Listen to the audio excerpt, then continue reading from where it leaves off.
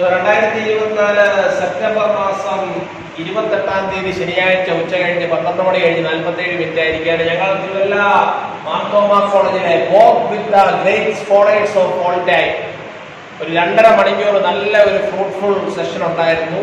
4 പേരെ വന്നോണെങ്കിലും മതി. ചെറുതിന് അതിൻ്റെതായ ഒരു ശക്തിയുണ്ട്. ബാക്കിയുള്ള മെമ്പേഴ്സ് നമുക്ക് 10 പേർക്ക് മെമ്പേഴ്സ് ഉണ്ട്. പല അസൗകര്യങ്ങളാണ്.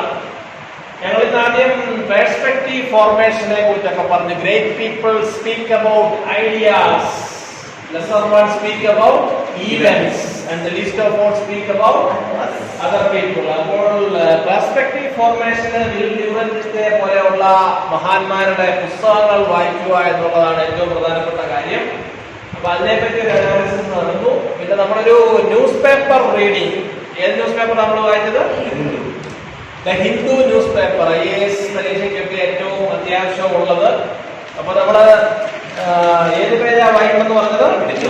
Editorial page. അതിൽ എത്ര ആർട്ടിക്കിൾസ് വായിക്കണം? 4. ഏറ്റവും കുറഞ്ഞത് 2 വായിക്കുക. അതിന്റെ ഒരു സമ്മറി എല്ലാ ദിവസവും എഴുതുവാൻ ശ്രമിക്കുക. പിന്നീട് എന്തൊക്കെയാണ് നമ്മളെന്ന് പറഞ്ഞത്? പബ്ലിക് സ്പീക്കിങ്ങിനെ പറ്റി പറഞ്ഞു. ഞാൻ പറഞ്ഞു പബ്ലിക് സ്പീക്കിങ്ങിന് ഏറ്റവും വേണ്ട കാര്യം എന്താണ്? അറിവില്ലാത്തവര് സംസാരിക്കാൻ പ്രസംഗിക്കാൻ ഒക്കത്തില്ല. പിന്നീട് നമുക്ക് എന്തുകൊണ്ടാണ്? കോൺഫിഡൻസ്. കണ്ണിൽ നോക്കി സംസാരിക്കാനുള്ള കോൺഫിഡൻസ് ഉണ്ടായിരിക്കണം. പിന്നീട് എന്താണ് വേണ്ടത്? Communication skill. അങ്ങനെ ഞങ്ങളൊരു ചെറിയൊരു ഫ്രെയിംവർക്ക്, ഒരു വിഷയം എടുത്ത്, ഏത് വിഷയമായിരുന്നു? ഗ്ലോബൽ പീസ് എന്ന ലോക സമാധാനം എന്ന വിഷയത്തെ പറ്റി നമ്മൾ കൂടുതൽ ഡിസ്കസ് ചെയ്യും. Ultimately you have to be a what person? Renaissance persons. ഒരു എന്തോ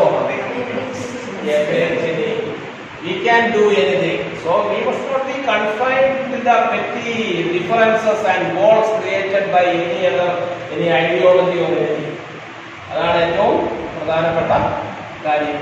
ഓക്കെ, പേരും കോഴ്സ് എന്ന് പറഞ്ഞേരെ. Jithin second BC zoology. Jithin second BC zoology.